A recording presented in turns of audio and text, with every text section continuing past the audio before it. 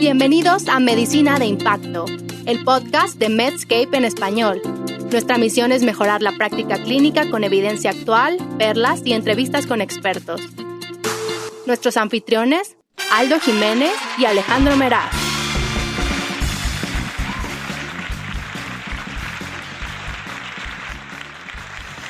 Hola amigos, ¿cómo están? Bienvenidos a su podcast Medicina de Impacto por Medscape en español. Yo soy Aldo Jiménez. Yo soy Alejandro Meraz. Hoy hablaremos como nefrólogos que somos, doctor Meraz y su servidor, aparte de ser internistas, sobre las glomerulopatías, que son la joya de la corona en la nefrología. Pero antes de eso, Meraz, ya que no tenemos el día de hoy algún invitado en especial, cuéntame algunas de tus recomendaciones de la semana, si es que tienes alguna. Sí, claro que sí. Hacía mucho que no iba al cine porque pues la pandemia y teniendo una esposa infectóloga está un poco difícil. Pero ayer fui al cine y vi Thor Love and Thunder, que es la nueva película de Thor, que me la pasé muy bien viendo la película con los chavitos, todo. A veces la sentí como que un poquito forzada en el humor, como que la quisieron hacer muy chistosa. Sí está chistosa, pero la previa estaba más chistosa. Sin embargo, el malo sí te da miedo por momentos. Ver a Natalie Portman también de otro Thor, pero como femenino, y cómo finaliza su arco está súper padre, está emotiva. Yo se la recomiendo si le gustan las películas de superhéroes, y si no les gustan también. ¿Y tú, mi querido Aldo? Sí, yo no he visto esa película, pero sí quería ver a Natalie Portman sobre todo, ¿no? Yo estoy leyendo un libro que se llama Naturaleza nos quiere gordos, del doctor Richard Johnson. Richard Johnson, lo conoces tú muy bien, Meraz. Muy bien. Pues fíjate que es este nefrólogo que escribió nuestro libro de texto de nefrología, que era el libro de Comprehensive Clinical Nephrology. Pues él mismo escribe este libro que te va desde tiempos ancestrales, como la selección natural es ventajoso guardar y crear grasa, ¿no? En tiempos Claro. donde pues, el mundo se heló y la comida fue escasa, pero la revolución de la agricultura realmente causó un mismatch entre la evolución como tal y el medio ambiente. Entonces la verdad es que nos ganó, fue tan rápido que no alcanzamos a adaptarnos, y pues la obesidad con todas estas enfermedades que vienen en conjunto, ¿no? Entonces pues empieza a plantear de cómo podemos nosotros pues no evolucionar, pero adaptarnos a este nuevo ambiente. Sí, claro. Yo estoy 100% de acuerdo con la visión del doctor Johnson, y ahora que lo dices, pues tiene mucho sentido. Evolutivamente es deseable estar juntando grasita para cuando se vengan las vacas flacas.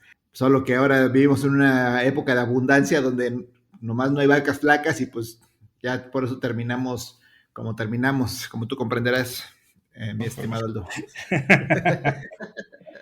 Pues bueno, ya después de este relax, entremos de lleno al abordaje de glomerulopatías. Y como tú bien lo decías, las glomerulopatías son la joya de la corona de la nefrología, porque es justo nuestro mero mole. Aunque son enfermedades raras, no todos los nefrólogos las vamos a estar viendo diario, que más quisiéramos, pero afortunadamente no es así. La mayoría de estas enfermedades tienen un trasfondo autoinmune, y por lo tanto su tratamiento puede ser muy tóxico y con eventos secundarios importantes. Entonces, de ahí es la importancia de hacer un abordaje bueno, expedito, porque muchas veces son urgencias médicas también. Entonces, hoy nos vamos a enfocar en el abordaje general de estas enfermedades. Muy bien, y para abordar este tema, empezaremos con un caso, como lo hacemos habitualmente. Y este es el caso de Lupita, una joven que te refirieron para abordaje de una creatina elevada y edema, que es lo que más le preocupa y es el motivo de su consulta inicial. Ella es una mujer de 21 años con historia familiar de artritis reumatoide por parte de su mamá y no padece ninguna enfermedad ni toma ningún medicamento. Su principal queja es cansancio, se siente como desguanzada. La vio su médico general, quien le ordenó un par de estudios donde se encontró con una hemoglobina de 11, microhipo, leucos de 3.500 con linfopenia y plaquetas de 100.000. Tiene una glucosa de 80 con una creatina de 2, no conocemos su basal, y los electrolitos están normales. A la exploración física, hipertensa, bueno, ligeramente tiene una TA de 150/90, tiene un eritema malar, el pelo se le desprende con facilidad, encuentras algo pálida y documenta sinovitis en las articulaciones de las manos y ambas rodillas. A la exploración cardiopulmonar es normal, el abdomen normal y tiene edema Godet, una cruz. Entonces, Meraz, ¿cómo abordamos este caso y qué es lo mínimo indispensable de estudios por realizar? Este caso es muy ilustrativo de algo que nos vamos a encontrar muchas veces en la consulta. Esta es una mujer joven quien está en sus años reproductivos y sería importante saber si ha tenido pérdidas fetales. Y de ahí nos vamos con los puntos claves, que es una mujer joven, tiene datos de fricción sistémica, que esto se le une a pérdida de la tasa de filtrado glomerular o aumento de la creatinina, que no sabemos si esa creatinina de 2 es algo agudo o crónico, pero vamos a suponer que estaba normal. Además está hipertensa y tiene edema periférico. A mí ya se me prenden focos rojos y tengo mi script para cuando veo a una mujer joven con todos estos datos y ya estoy pensando que puede tener una enfermedad sistémica autoinmune, que es lupus en este caso, pero porque este tema lo hemos visto muchas veces. Entonces, lo que a mí me gustaría tener ahorita de entrada es un examen general de orina y además le pediría ahí mismo que nos diera una muestra para ver un sedimento urinario. Entonces, si tú tienes unas tiritas reactivas en tu consultorio y tienes a la mano un microscopio, puedes hacer esto el mismo día. Y además pediría proteínas, albúmina y creatinina en orina. Y de exámenes de extensión, pues ya te expliqué mi rational, pues pediría unos anticuerpos antinucleares, unos anti-DNA de doble cadena, complementos, serología para SAF y muy importante, prueba de embarazo. Entonces, este caso lo hicimos como muy de pechito, pero vamos a ir analizando qué es todo esto y por dónde irnos. Porque cuando era residente, cuando estaba haciendo medicina interna, el abordaje de las glomerulopatías se me hacía como casi ciencia ficción. Bueno, en los estudios de extensión, en el examen de orina se encuentra sangre y proteínas, albúmina, lo encuentras con 2 cruces. Y en el sedimento urinario ves dismorfia de los eritrocitos y de estos eritrocitos al menos el 10% eran acantocitos. En los estudios inmunológicos tienes anticuerpos antinucleares con una inmunofluorescencia con un patrón moteado fino a títulos de 1 a 1080, anticuerpos DNA doble cadena elevados, complementos C3 y C4 bajos, y la serología para síndrome antifosfolípidos es negativa, así como la prueba de embarazo. Entonces, la primera pregunta que nos hacemos como nefrólogos es qué síndrome tiene, ¿no? Yo aquí te pudiera decir que es como, a veces lo explico a los pacientes, pues tenemos el glomérulo, ¿no? Que es esta barrera de filtración, y en esta donde sale habitualmente toxinas, que son moléculas pequeñas, agua, etcétera, pero normalmente no ves ni proteínas porque son muy grandes, ¿no? Y la carga negativa de la membrana, ni tampoco ves sangre. Entonces, cuando ves sangre y proteínas en orina, nos indica habitualmente que algo pasa en este glomérulo, ¿no? Sobre todo si tienes, además de esto, una caída en el filtrado glomerular, en este caso elevación de la creatinina. Es así como yo localizo que el problema está en el glomérulo y ya de ahí damos los siguientes pasos. Sí, 100%. Entonces, yéndonos un poquito para atrás, tú ya lo dijiste bien cómo funciona a grandes rasgos el glomérulo, que es este ovillo de capilares que además está envuelto por una cápsula y de ahí es donde se filtran todas esas toxinas, queda el espacio urinario lleno de este ultrafiltrado. Esta cápsula se llama la cápsula de Bowman, descrita por un oftalmólogo, aunque usted no lo crea, y las partes que componen este sistema pues son el endotelio de los vasos sanguíneos de estos capilares, la membrana basal del endotelio, que es la membrana basal glomerular, que tiene colágeno tipo 4, justamente como en el pulmón.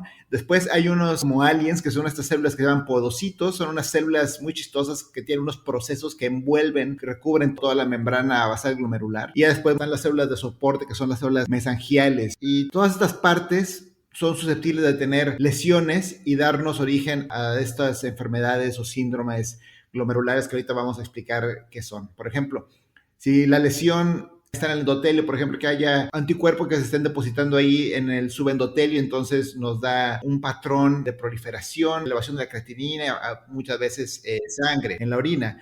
Si el daño es a nivel de la membrana basal, tenemos depósitos intramembranosos, pues entonces ahí se puede expresar más como una situación donde las proteínas empiezan a filtrar y nos da un patrón membranoso en las biopsias. También cuando se dañan los podocitos, ahí tenemos proteinurias que pueden ser muy altas y el depósito se ve de forma subepitelial. Y por último, también puede haber depósitos o daño a nivel mesangial que se manifiesta como algo de proteinuria y algo de hematuria también. Entonces, cada parte del glomérulo que se va dañando tiene una manifestación clínica y por eso es importante conocerlo. Sí, en el caso de Lupita, me parece que tiene un síndrome nefrítico, porque el síndrome nefrítico encuentras un aumento en la creatinina con disminución de la tasa de filtrado glomerular. Cuando esta puede comportarse de forma agresiva, le llamamos rápidamente progresiva, y no hay una definición formal de esto, pero algunos lo definen como una duplicación de la creatinina en un mes. El edema leve a moderado, ¿no?, como tiene Lupita, presentar hipertensión o empeoramiento de la hipertensión, y esta puede llegar a ser severa, y encontrar hematuria en el examen de orina con un sedimento urinario activo, que este se define como más de 30% de eritrocitos dismórficos, o al menos 4% de acantocitos, o uno o más cilindros eritrocitarios.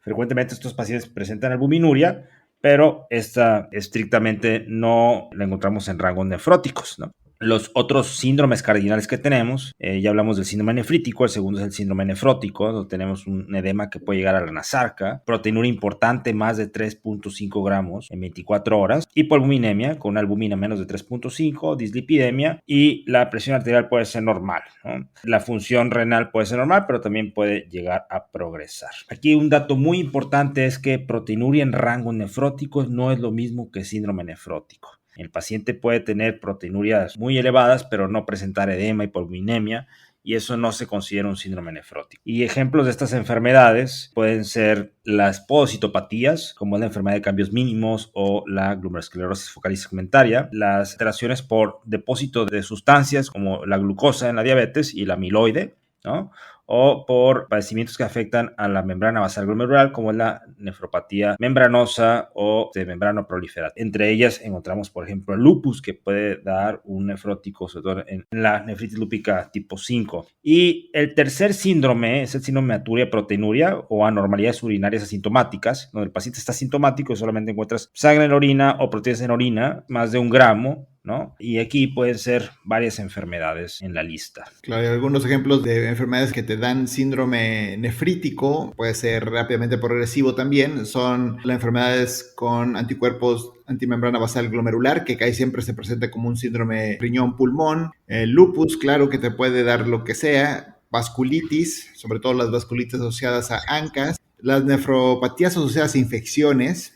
También hay mutaciones en el complemento que se manifiestan con un patrón membrano proliferativo y que también pueden darte síndrome nefrítico. La nefropatía por IgA, que es también una gran confusora que puede tener varias presentaciones. Y las paraproteinemias, que también pueden darte esto o te pueden dar, depende de dónde esté el daño, inclusive te pueden dar un síndrome nefrótico. Entonces, como ven, es muy variado. Sí, ahora lo que mencionas, las enfermedades que pueden dar síndrome nefrítico, pues son muchas, y algo que nos ayuda a hacer más estrecho nuestro diagnóstico diferencial es usar el complemento. Entonces, en el síndrome nefrítico, como fue el caso de Lupita, ¿no?, donde el complemento está disminuido, las causas que dan esto, pues es la glomerulonefritis postestreptocócica, la glomerulonefritis membrana proliferativa y la nefritis lúpica, ¿no? Entonces, esto nos ayudó o nos puede ayudar a reducir nuestro espectro. Entonces, las que nos puede dar un síndrome nefrítico con complemento normal es la nefropatía por IgA, vasculitis por ANCAS o la enfermedad de membrana basal. Claro, el complemento es como un pivote que debemos de utilizar para el abordaje de síndrome nefrítico. Y también, bueno, las grandes imitadoras, yo creo, de la nefrología son la nefropatía por IgA, que puede presentarse de las 3 formas, el lupus, que también puede presentarse de las 3 formas, y las microangiopatías trombóticas, que también pueden presentarse de las 3 formas, o sea, con cualquiera de los 3 síndromes. También agregaría las paraproteinemias, que esas también tienen este tipo de presentaciones. Cuando estamos ante un paciente que nosotros podemos o que sospechamos que tiene un involucro de los glomérulos, creo que es importante tener siempre en cuenta las características del paciente que tenemos enfrente. Por ejemplo, la edad, Aldo, es súper importante y de ahí nos va a dar mucha información. Es decir, las enfermedades glomerulares tienen una demografía muy particular, en especial algunas como enfermedad por cambios mínimos, que es frecuente en los jóvenes y niños y no tan frecuente en adultos. Por ejemplo, las vasculitis por ANCAS son mucho más frecuentes en personas mayores. La enfermedad por anticuerpos antimembrana basal glomerular es más frecuente en jóvenes, aunque también se puede ver en adultos. Entonces, todas estas nos van a dar pistas acerca de la enfermedad que podemos tener enfrente de nosotros. También el sexo biológico. Es decir, enfermedades autoinmunes como el lupus son mucho más frecuentes en mujeres que en hombres. Hay que ver las comorbilidades del paciente, ya que si el paciente tiene diabetes, pues allá hay una gran probabilidad de que tenga los riñones afectados, aunque claro, tener diabetes no te excluye de tener todo lo demás. Los medicamentos son súper importantes porque algunos pueden causar daño glomerular, aunque ya es cada vez menos frecuente, pero es súper importante tenerlos presentes. Y otro que siempre se nos pasa es el peso al nacer. Acuérdense que los pacientes prematuros o con bajo peso al nacer se tienen menos número de nefronas y a la larga pueden desarrollar una glomerulosclerosis focal y segmentaria que no es primaria, sino es secundaria al poco número de nefronas. Sí, la historia clínica es muy relevante, sobre todo la historia familiar de los pacientes, ¿no? Hay algunas enfermedades glomerulares que se transmiten, ¿no? Como una de las más representativas es el síndrome de Alport, enfermedad genética que afecta a la membrana basal glomerular y se transmite ligada al cromosoma X. Otras de ellas pueden estar asociadas a estas enfermedades reumatológicas que corren en familias y otras enfermedades, como por ejemplo Fabry, ¿no? Que tenemos aquí en Sinaloa varios casos. Entonces es importante por eso la historia clínica familiar de estos pacientes. Un tercer punto es determinar si la enfermedad glomerular va sola, es decir, está limitada al riñón, o es parte de una enfermedad sistémica. De hecho, la afección glomerular más común pues es dada por la diabetes, ¿no? La diabetes es la causa más común de síndrome nefrótico y existen otras enfermedades limitadas únicamente al riñón que son menos frecuentes, pero aún así deben estar en nuestro repertorio. Y para esto hacemos una serie de estudios de laboratorios, hay de escopetazos a escopetazos, ¿no? Los estudios un poco más dirigidos, pues obviamente es ver el examen de orina para ver si hay sangre y proteínas. Idealmente hacer un índice de proteinuria, creatinuria o de albuminuria, creatinuria, que es lo que hacemos es corregir o ajustar a la creatinina urinaria, medir obviamente creatinina, electrolitos, albúmina, colesterol, para determinar si tenemos un nefrótico o no, ver la biometría hemática, sobre todo nos interesa ver las plaquetas si pensamos biopsiar a alguien y la hemoglobina, los tiempos de coagulación lo mismo y un ultrasonido renal. En pacientes diabéticos, pedirles una hemoglobina glucosilada y un fondo de ojo. Aquí vale la pena hacer ciertas consideraciones. Por ejemplo, acuérdense que los EGOS y las tiras reactivas solo detectan albúmina, lo cual es algo bueno y algo malo, porque nosotros tomamos la albúmina como marcador de la integridad de la membrana basal, por ejemplo, o de los podocitos, es lo que vamos a ver. Entonces, si nosotros vemos sangre y albúmina, ya casi vamos de ganada que eso tiene un origen glomerular. Si solo vemos sangre y no vemos albúmina, pues quiere decir que puede tener otro origen ese sangrado. También hay que tener cuidado con pacientes que ya tienen albuminuria de entrada, por ejemplo, los diabéticos o pacientes con enfermedad cardiovascular y vasculopatía ya de mucho tiempo. Esos pacientes pueden tener albuminuria. Entonces tampoco es 100% seguro. Aquí el estándar de oro, aunque es muy difícil de hacer bien para los pacientes, para las enfermeras y para todo el mundo, son recolecciones de orina de 24 horas, pero ese es el estándar de oro, sobre todo para cuando sospechamos que un paciente tiene síndrome nefrótico, aquel paciente que tiene un edema importante en todos lados, o anasarca. Ese paciente a lo mejor sí valdría la pena hacerle una recolección de orina de 24 horas solo para tener toda la información. El examen microscópico de sedimento urinario, si bien lo puede hacer todo el mundo, sí vale la pena que lo haga un nefrólogo con cierta experiencia, porque reconocer las formas de los eritrocitos y cómo estos pueden ser anormales y sobre todo reconocer los acantocitos sí toma un poquito de experiencia. Los acantocitos son estos eritrocitos que tienen como unas vejiguitas que a veces parecen Mickey Mouses. Les vamos a poner unas fotos para que las vean. Y otra cuestión que es súper relevante es la albúmina. Si nosotros tenemos un paciente con edema, con orina espumosa y con albúmina baja, ya casi seguro que tiene un síndrome nefrótico. Esa es otra cosa que nos faltó comentar, Aldo, que siempre preguntamos lo de la orina espumosa. No es 100% específica de proteinuria, pero es algo que sí podemos ver. Espumosa como si le hubieran echado jabón al baño, aunque muchos pacientes les van a referir que lo tienen sin que tenga una proteinuria importante. Entonces, todo esto es el primer paso para nosotros hacer el abordaje y poder decir el paciente tiene un síndrome nefrótico o proteinuria importante en rango nefrótico, o el paciente tiene un síndrome nefrítico que tiene que ver más con la tasa de filtrado glomerular, con el desarrollo de hipertensión, y el síndrome nefrótico tiene que ver más con edema y con filtración de proteínas y con dislipidemia. Sí, y ya en el abordaje más amplio, pues pedimos estudios más especiales, ¿no? De acuerdo a la sospecha clínica o al síndrome que diagnosticamos, nefrótico, nefrítico o anormalidades urinarias asintomáticas como proteinuria y hematuria. Entonces, dentro de estos estudios pedimos inmunológicos como anticuerpos antinucleares con diferentes inmunoespecificidades, DNA doble cadena, anticuerpos antifosfolípidos, el perfil viral con virus de hepatitis B, C y VIH, anticuerpos antimembrana basal glomerular, complemento, ANCAS con las especificidades contra mieloperoxiasa y proteinasa 3, electroforesis de proteínas, inmunofijación en sangre en orina, crioglobulinas de ADAMS-C13, y un estudio que me gustaría hacer hincapié, que creo que ha ganado terreno, son los anticuerpos antifosfolipasa A2. Esos anticuerpos se presentan en un buen porcentaje de los pacientes con un síndrome nefrótico por una nefropatía membranosa. Entonces, podemos hacer el diagnóstico con este estudio serológico que antes no lo podíamos hacer. Claro, cada vez este estudio está más disponible en Latinoamérica, en México, y vale la pena mucho hacerlo en pacientes que se presentan con un síndrome nefrótico, porque 70% de los pacientes con una nefropatía membranosa primaria lo van a tener. Claro que hay que hacer más consideraciones ahí, pero si lo tienen, ya casi van de gane, o 99% seguro que esa es la cuestión. Y esto ha venido a revolucionar desde hace ya casi 10 años la nefropatía membranosa, que antes decíamos, pues es algo idiopático, autoinmune, quién sabe qué está pasando. Pero ahora sabemos que es una real enfermedad autoinmune, que el anticuerpo o el autoanticuerpo que se produce va y daña la membrana basal glomerular.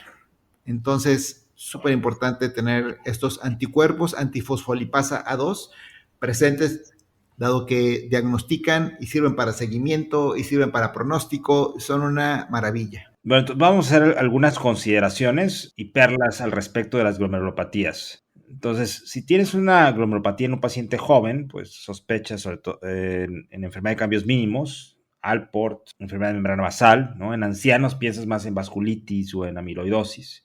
En mujeres, pues lupus o preeclampsia. Y en hombres, enfermedades ligadas al X. Otras perlas son aquellos niños que tienen un nefrótico, pues la causa más común es enfermedad de cambios mínimos. Los adultos con nefrótico, que tienen anticuerpos fosfolipasados, pues una membranosa. Y en los nefríticos, revisar el complemento, ¿no? Como lo comentamos previamente, complemento bajo, lupus postinfecciosa o por complejos inmunes como para proteinemias. Pacientes que tengan hematuria macroscópica y amigdalitis, pensar en nefropatía por IgA. En aquellos pacientes con síndrome riñón-pulmón, las enfermedades por ANCAS, antimembrana basal y lupus, ¿no? Y en aquellos que tienen proteinurias muy elevadas, más de 10 gramos, pensar en enfermedad de cambios mínimos, membranosa y focal y segmentaria. Aquí te quiero dar otras perlas en cuanto al complemento que dijimos que es un pivote para los síndromes nefríticos. Entonces tú me dijiste que C3 y C4 bajos, pues lupus y asociadas a infección, pero a veces nos encontramos pacientes que tienen el C3 bajo y el C4 normal. Esos pacientes hay que pensar en una glomerulopatía por C3 o depósito de paraproteínas monoclonales, que también se puede dar, aunque es más raro. Pero aquí la importante en tener en cuenta es esta glomerulopatía por C3, que te va a dar en la biopsia un patrón membrano proliferativo, o es lo que se puede encontrar. Y la otra que no falla nunca es cuando tiene C3 normal y C4 bajo. Ustedes ven eso en un paciente con afección renal y casi siempre va a ser una crioglobulinemia, sobre todo si ustedes van y le miden factor reumatoide y después hepatitis C, los van a tener positivos. Yo no he visto en mi corta experiencia otra enfermedad que te dé este patrón de C4 bajo y C3 normal. Entonces, esos son un par de perlas que les pueden ayudar. Ahora, el mejor estudio que tenemos para las glomerulopatías es la biopsia renal. Este es un estudio invasivo, que obviamente tiene sus riesgos. Entonces es importante saber a quién biopsiar y a quién no biopsiar. Hay algunas situaciones que son controversiales, pero vamos a hablar de las que son un poco más claras, ¿no? Vamos a biopsiar prácticamente todos los síndromes nefróticos, con excepción del paciente con una diabetes clásica, ¿no? Que ha tenido varios años con alteraciones microvasculares. Otros que podemos no biopsiar son pacientes con membranosa con anticuerpos antifosfolipasa 2 positivos o enfermedades diagnosticadas de otra forma como las amiloidosis, por ejemplo. Los pacientes con vasculitis por ANCAS y un cuadro compatible, es una indicación de biopsia.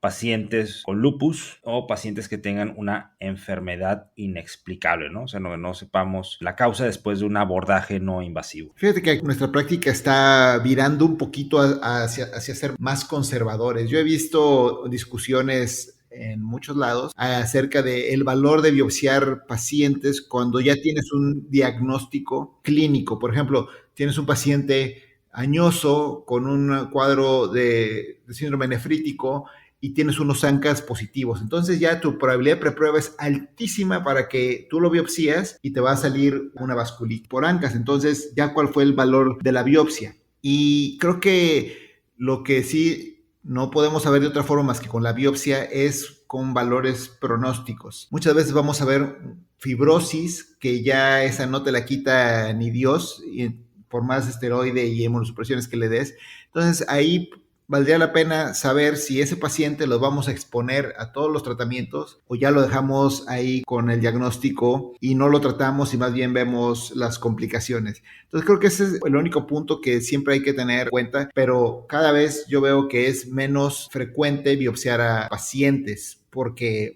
muchas veces, honestamente, no nos va a cambiar el diagnóstico o el tratamiento. Y esto te lo van a decir los reumatólogos muchas veces también. Si tienes un paciente que es una mujer joven, tiene todos los signos de lupus y aparte tiene todos los anticuerpos positivos para el lupus, entonces, ¿cuál es el valor de la biopsia? Y ahí los nefrólogos alegamos que vas a tener una imagen de base inicial y posteriormente, como el lupus es una enfermedad que viene y va, cuando tengo otra afección renal importante, tú vas a tener una comparativa y también te va a servir más adelante entonces como para saber cómo evolucionó el tejido. Creo que hay mucha discusión al respecto, creo que nos estamos moviendo hacia no biopsiar tanto como antes, pero bueno, esa es mi experiencia, no sé, Aldo, ¿tú cómo ves? Bueno, estoy de acuerdo contigo en que si nos cambia o no el manejo, que también se están haciendo biopsias de control en pacientes con lupus para decir si suspender o no la inmunosupresión nos puede llegar a ayudar. Entonces creo que eso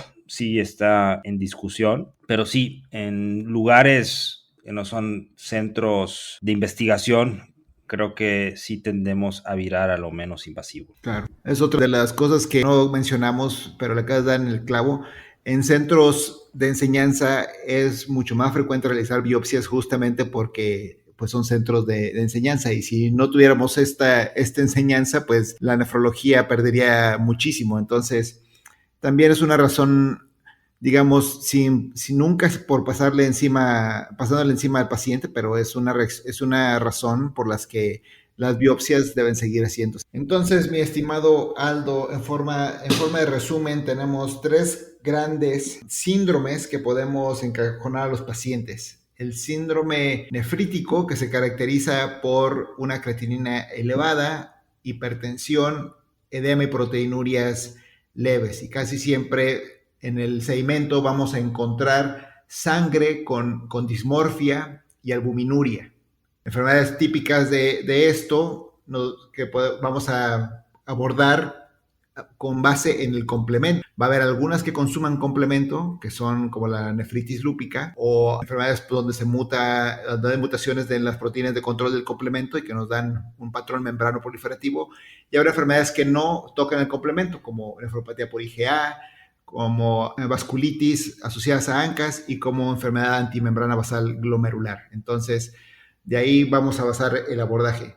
Luego está el síndrome nefrótico, que es el que se caracteriza por edema generalizado, edema palpebral, orina espumosa y albúmina baja en sangre, menos de 3.5, puede estar súper baja. Se asocia también, que se nos olvidó mencionar, a trombosis de la vena renal, es súper frecuente en nefropatía membranosa. Y aquí el dato clave es una proteinuria mayor a 3.5 gramos en 24 horas. Y los prototipos de estas enfermedades son enfermedad por cambios mínimos, glomerulosclerosis focal y segmentaria, que son podocitopatías, nefropatías membranosas, que puede ser primarias o secundarias, por ejemplo, el lupus también te puede dar una membranosa, puede ser también enfermedades asociadas a otras enfermedades sistémicas como el cáncer.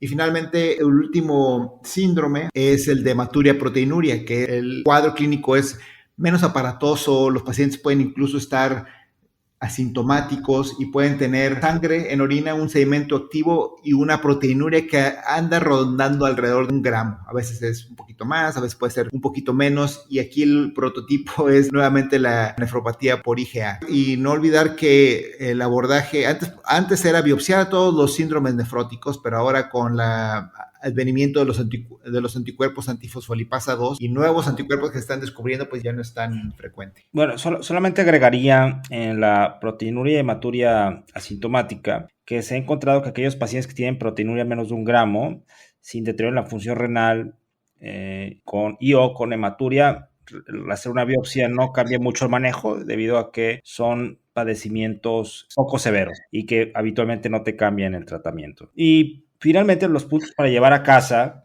pues estas enfermedades glomerulares, sus puntos cardinales son cambios en el filtrado glomerular, ¿no? O elevación de la creatinina, presentar albuminuria y hematuria.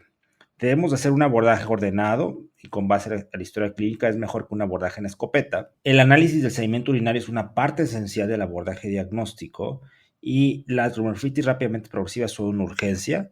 Y todas las glomerulopatías primarias deben ser vistas por el nefrólogo y las secundarias ameritan un abordaje multidisciplinario. Un punto que yo agregaría es que los anticuerpos antifosfolipasa 2 van a ser parte importante ya del internista para solicitar y abordar a los pacientes que tengan un síndrome nefrótico. Pues creo que es todo, no tengo ya mucho que agregar. Esto obviamente cada una de estas enfermedades da para un episodio. Queríamos dar como un panorama en general de cómo abordarlas. Es algo también que se va adquiriendo con la experiencia, qué es lo que le toca al paciente, qué vamos a pedir. Y después es algo muy mecánico, pero queremos como dar una explicación un poquito de lo que pasa por nuestra cabeza. Esto fue Medicina de Impacto. No se olviden de suscribirse y calificarnos. Recuerden, el objetivo de este podcast es meramente educativo y no es equivalente a un consejo médico.